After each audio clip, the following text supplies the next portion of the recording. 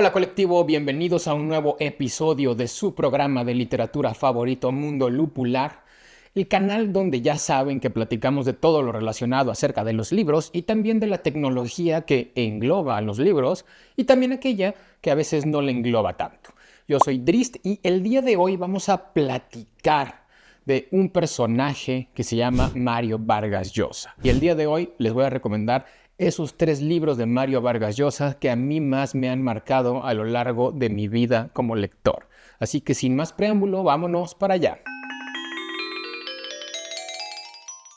El primero que voy a recomendar es el de Los cuadernos de Don Rigoberto, que salió a la luz en 1997. A ver, yo estaba en la adolescencia cuando leí este libro y como todo buen adolescente pues siempre tenía o generaba cierto morbo con libros que hablaran de relaciones entre parejas, donde se hablara de todo lo relacionado con la intimidad y demás cuestiones.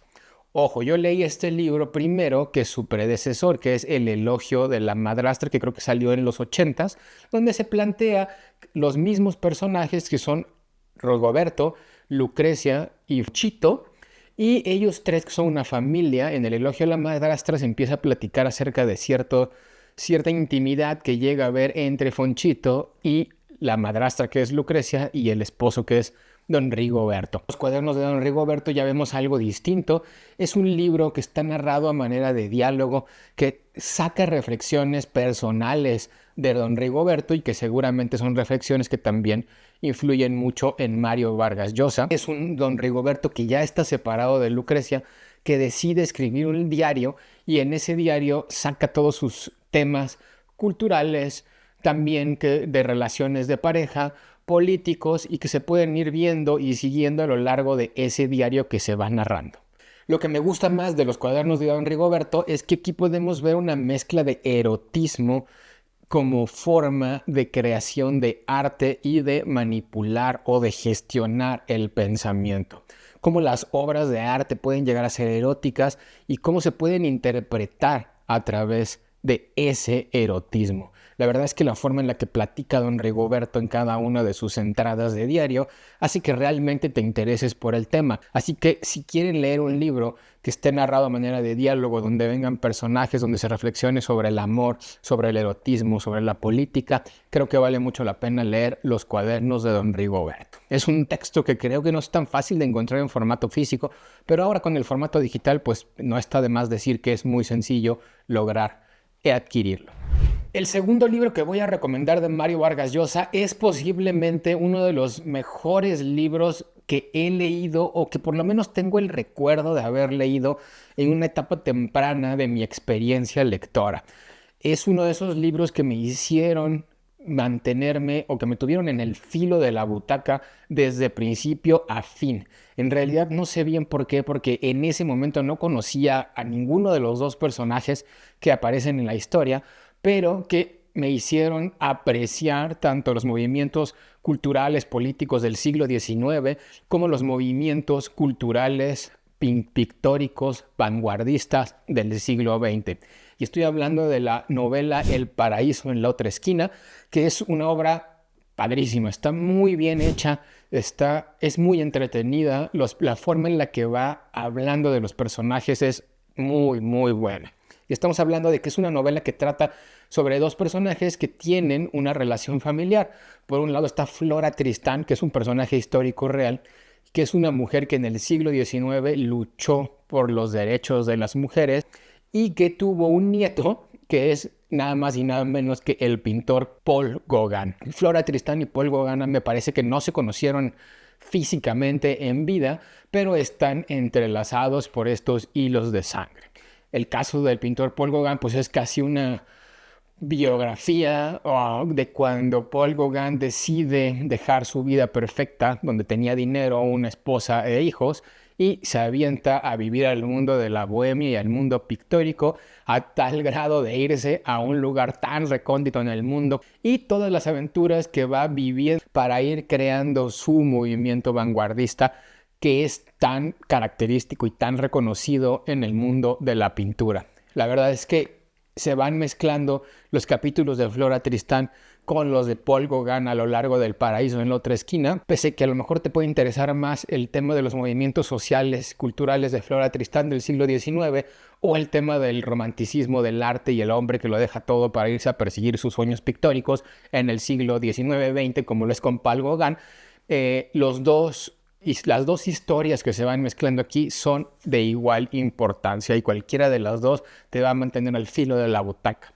Yo con este libro aprendí que la historia también se puede aprender de forma divertida a través de los libros y de las novelas. Entonces creo que Vargas Llosa me hizo realmente quererlo a través de este libro y es un libro que lleva mucho en el corazón y que vale mucho la pena leer.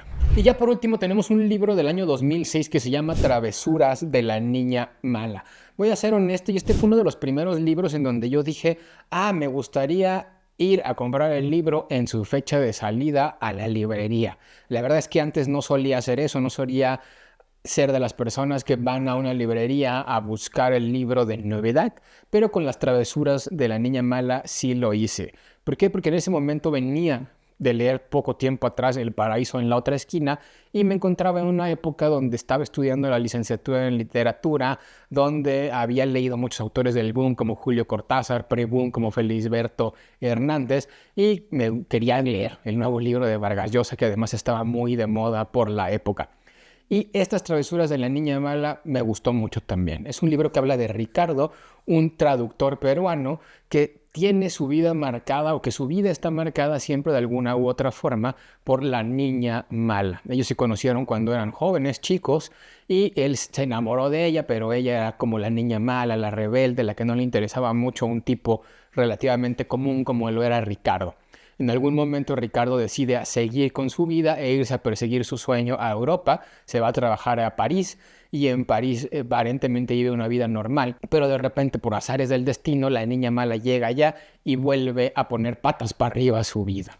Y en general, más o menos de eso va la historia. Este Ricardo que intenta componer su vida y la niña mala que siempre llega de alguna forma u otra a regresar a su vida y se la vuelve a poner patas para arriba. Van a Tokio, van a París, van a muchos lados. Una niña mala donde a veces parece que quiere a Ricardo y donde a veces parece que solamente lo usa a su conveniencia. Y un Ricardo que por un lado tiene ese amor por ella y por ese amor que tiene nunca la deja atrás y siempre intenta ayudarla de la forma en la que pueda. Entonces es un vaivén de novela donde se está hablando de Ricardo, donde se está hablando de la niña mala, donde hay temas artísticos, donde hay temas políticos, donde hay conversaciones muy interesantes entre ambos personajes y donde estamos siempre viendo esa lucha entre hombre y mujer por ver cómo llegan a sobrevivir a esa relación que se va dando durante muchísimos años, pero que a su vez es una no relación.